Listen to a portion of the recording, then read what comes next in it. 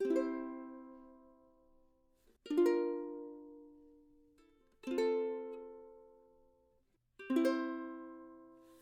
is, I think, because I am so impatient that I don't like spring. So it's sort of an annoyance, you know, but at the same time, you blink and it's basically summer and everything's coming up, everything's green, the slush is gone.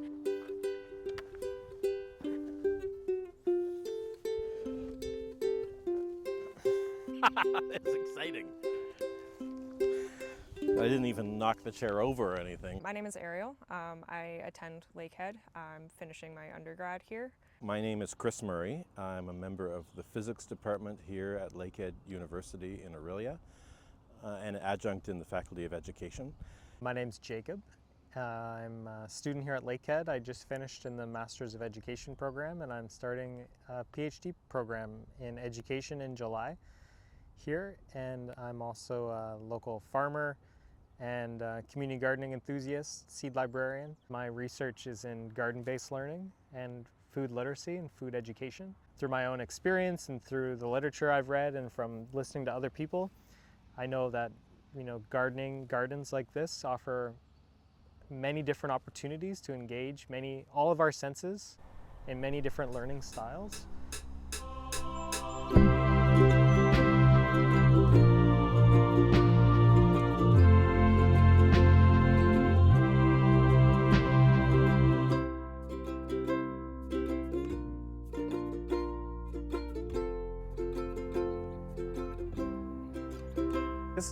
This is a project that we've been envisioning for quite a long time in our community. Students here at Lakehead over 10 years ago started building community gardens with community members. We started a few years ago by starting a student club, engaging students in community, envisioning what it could be like, engaging conversations among community members and administration and staff. The garden that you can see behind me, 10 years ago, almost to the day, was built for us by a local manufacturer of agricultural products. And so for a few years, my students and myself were growing tomatoes, carrots, peas, peppers, and that kind of thing here, and looking at the effects of different kinds of agricultural technologies. But that project was completed. I asked them, do you mind if we transition this more to teaching, like a living lab, where we can invite the community in, we can bring classes in, we can bring Lakehead students in, and a functional one where not only are people able to learn from people like Jacob and other local farmers, but we produce things. We can make food for the students here and make, food for all the students that want to participate. This garden is connected with the other gardens on campus. There are other community gardens on campus. About 10 years ago, the students at the university led the creation of a Three Sisters garden with elders from Ramamajikning First Nation nearby. Allotment gardens are now offered by the city of Orillia, so people in the community can come and tend to their own plot.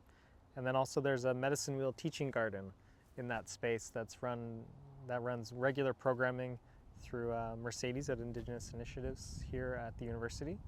There's also a teepee that's erected on site and various teachings and opportunities for cultural learnings in that space. And the whole garden, we call that the Wigwasatiggitagun, the birch tree garden, which is a wonderful space on campus that brings the community and the students and the staff and faculty together to learn and just enjoy being outside on the land.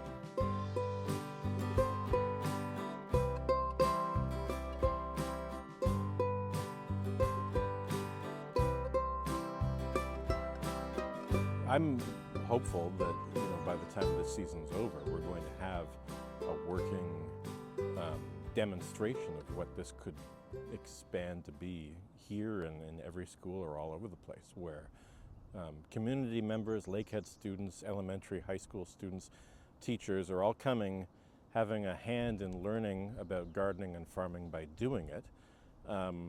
And also we're growing food that everybody can see. This is a productive space. Well, I'm envisioning a welcoming and inclusive space where everyone in the community would be welcome to participate in various ways, including our students, our faculty, our staff here at Lakehead, the community nearby, all these people who live just right next door in Westridge. I envision a space where people can come, socialize, move their bodies, interact with the environment around them, learn some things as well. And grow food in ways that are, more inclusive of our community, so that we can learn how to grow food productively to share with people as food prices are increasing rapidly. The hope, I think, is to incorporate more agroecological, sustainable farming measures in the course curriculum at this school. And I think that's a very long-term goal, and we're hoping with this project to prove the use of that in so many capacities. That's the fundamental purpose of a university, is educating young people, but also educating the society, being a place for education. And I think that, this garden versus like that lawn, for example, I think that this garden provides an immense educational value to the students and to the society versus the alternative use, which is just lawn that's mowed. Always, there's so much to learn from the business of creating the garden as well as maintaining it, harvesting it, and keeping it going. I think that for the project to be sustainable and permanent, we would need consistent funding. We would also need volunteers, probably first and foremost. I think people can get really creative when they want something, and I'm very curious to see how things go with what we're able to use and what we're given.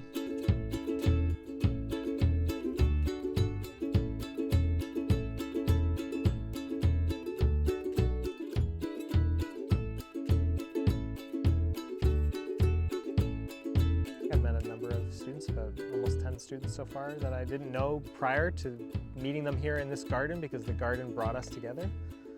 Every time we're out here, we're always having someone kind of peek their head over, and want to learn more. People from all across the community already have had the chance to come and participate. Yourself as a community member, we've had many other people contributing little bits and pieces here and there. Well, I met you, so we've got, a videographer that's coming to contribute. Russell and Alana, who are a couple neighbors who live over there, and their dog. I've met them on a few different occasions. They like to go for walks in the evening hours, and they live in literally one of those buildings right behind us there. Eric is a local machinist, and his son Ian I've met. They're out here every single week helping to put this hoop house together. The first group actually to come through here was a grade 5 class from Notre Dame, an elementary school just up the road, and the kids walked 35 minutes from their school through the neighborhoods here and through the forest to get here, and it was for them one of the longest walks of their lives. And they helped us mark out the plots with measuring tape and string line, and I think that when they come back to see how this garden has transformed, I think that'll be really, really exciting for them. And then also I'm excited to go back to their school to see how they've been inspired to start a garden at their school after they've participated here. On top of that, of course, this is Lakehead University, so Lakehead students should be able to come here, learn about growing their own food. I'm commuting from Barrie to get here, so already we're outside of the Orillia community. I had a friend commuting as well from the Sunderland area. And so I think this school is very unique in that it has a very high percentage of students who are local, meaning they can drive here in an hour to an hour and a half. And so, we've already got people who are interested in participating, who are from neighboring towns. And then, of course, there's the community influence as well. People are kind of catching word, and people are telling their friends, oh, hey, yeah, come check this out. And so we've got people from outside of the school as well, who it's influencing. I mean, I won't always be out here with other people, which is fine, but it's nice to meet and connect with like-minded people, or even people who might not be like-minded, but we connect over this thing, one of the most innate, inherent things for people, food, wanting to learn, wanting to grow, wanting to get your hands a little bit dirty. And it's amazing to me how many different types of people from so many different backgrounds, express an interest in that. I think it's very, very innately human. But beyond our human community, I'm also envisioning a very biodiverse ecosystem of many different life forms that call the garden home or pass through or connect with the garden in many ways. I'm looking always for the insects that grace our presence here. Right now I'm surrounded by ants that are coming out and making little homes everywhere, and birds flying above and planting seeds around the borders with their poop. And so, yeah, I'm excited about cultivating this biodiverse agroecological system here that we have coming together.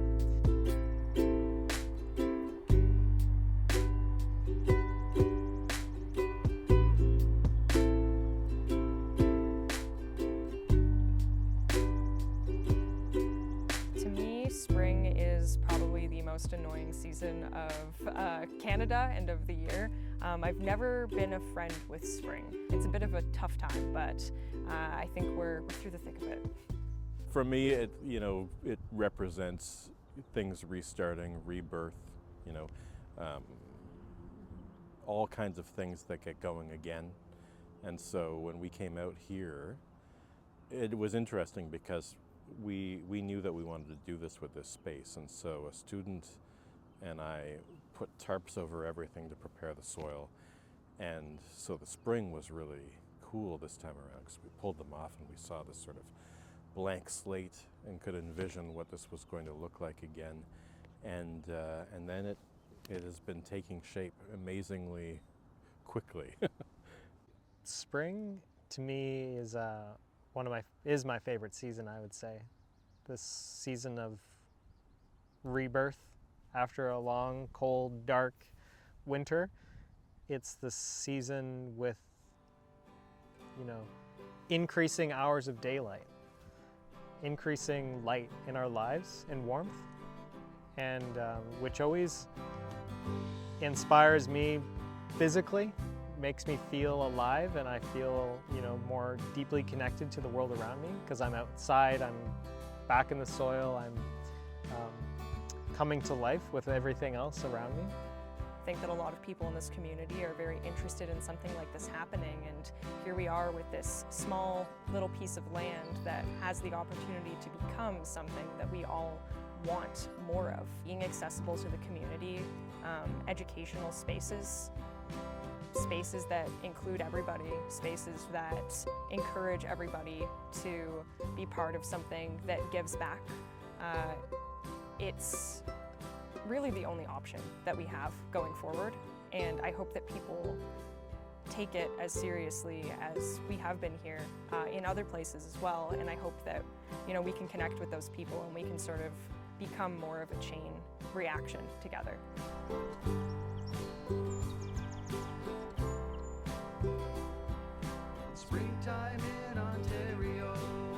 The next stages, well, once we finish planting the garden, we're working on finishing our hoop house here, and then we'll be starting some more seedlings to transplant mid-summer so that we have a good fall crop for when students come back in September. Nutrient cycle through composting and creating our own local input cycle, collecting rainwater, starting seedlings, saving seeds, working with indigenous plants. We're also going to be hoping to install an irrigation system to make it a lot easier for us to water here. So we want drip irrigation lines down all the beds. Ultimately, I'm curious to see where it goes.